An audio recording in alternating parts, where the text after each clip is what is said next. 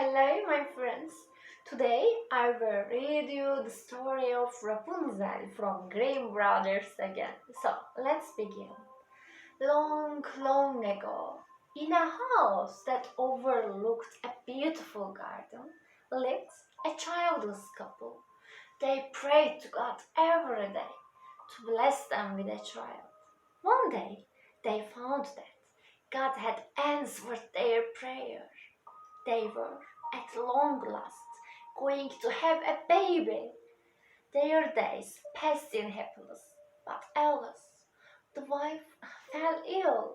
She would eat nothing, and the husband was worried that she would waste away. He tried to tempt her with many good things, but she refused everything. But, please, my dear, you must eat something, he begged her. There is a herb called Rapunzel in the garden next door. I will feel better if I can eat that, she said. The husband's heart sank when he heard her. This garden was owned by a wicked witch who would let no one enter.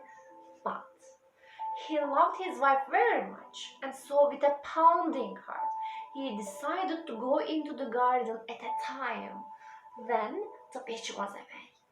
One day, finding an appropriate time, he went into the garden. He managed to pluck the herb, but as he was about to leave, the wicked witch came back. You thief! How dare you enter my garden? She screamed. She threatened to put a curse on him. He fell at her feet and begged, "Please don't curse me. If my wife doesn't eat this herb, she will die. She is going to have a baby and is very ill." The witch stopped to think for a while. "I will let you go on one condition. You will give me the baby after it's born." The poor man had no other way out but to agree. He took her to his wife, and miraculously she soon recovered and gave birth to a beautiful girl.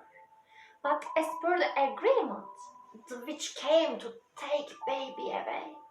She took Rapunzel, for that's what she named her, far away, and locked her in a high tower. The tower had no doors or stairs. There was only a window on top. The only person whom Rapunzel ever saw was the wicked witch. Rapunzel grew up to become beautiful with pretty eyes, a beautiful voice, and her golden hair grew very, very long. All day long, when Rapunzel was alone, she would sing and weep. Every day, the wicked witch came to the tower with food.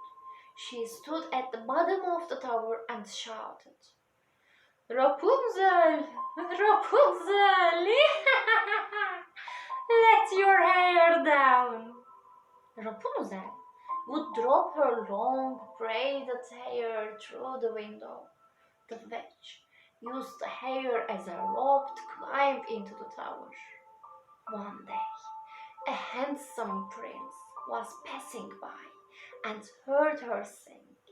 He fell in love with her voice, and unknown to all, came to the tower every day to her singing, to hear it. One day, a handsome prince was passing by and heard her sing.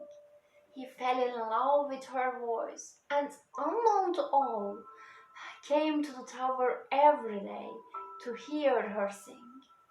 One day, the prince saw the witch climbing up the tower using Rapunzel's hair. The next day, the prince too called out to Rapunzel. "Let down your hair," he said. The prince climbed to the top of the tower. After that, The prince came to meet Rapunzel every night. Alice. The witch soon discovered the prince with Rapunzel. She pushed him from the tower onto a thorny bush, making him blind. She banished Rapunzel into the desert far away. Many years passed. The blind prince wandered alone and finally reached the same desert. One day, he heard familiar voice singing. Following the sound, he found her. They hugged each other in joy. Tears of happiness rolled down Rapunzel's cheek. As the tears fell on the prince's eyes, he regained his vision.